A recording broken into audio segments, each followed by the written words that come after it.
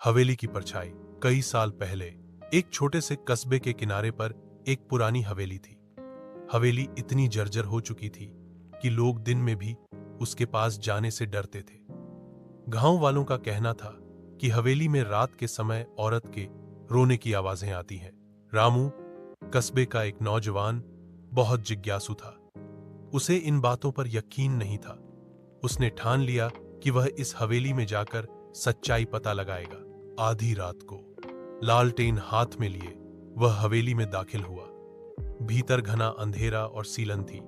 अचानक उसे लगा कि उसके पीछे कोई चल रहा है। उसने मुड़कर देखा, कुछ नहीं। फिर एक टूटी खिड़की से ठंडी हवा आई और उसकी लालटेन बुझ गई। अंधेरे में उसने एक धीमी आवाज सुनी, तुम क्यों आए हो?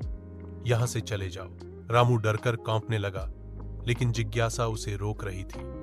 वह हवेली के अंदरूनी कमरे तक पहुंचा। वहां दीवार पर एक पुराना शीशा टंगा था। उसने जैसे ही उसमें देखा, उसके पीछे सफेद कपड़ों में एक औरत खड़ी दिखाई दी।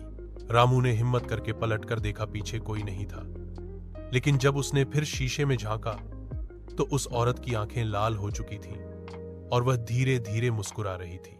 अचानक कमरे का दरवाजा अपने आप बंद हो गया। सुबह जब गांव वाले हवेली के पास पहुंचे तो वहां रामू की टूटी हुई लालटेन मिली, पर रामू कभी नहीं मिला।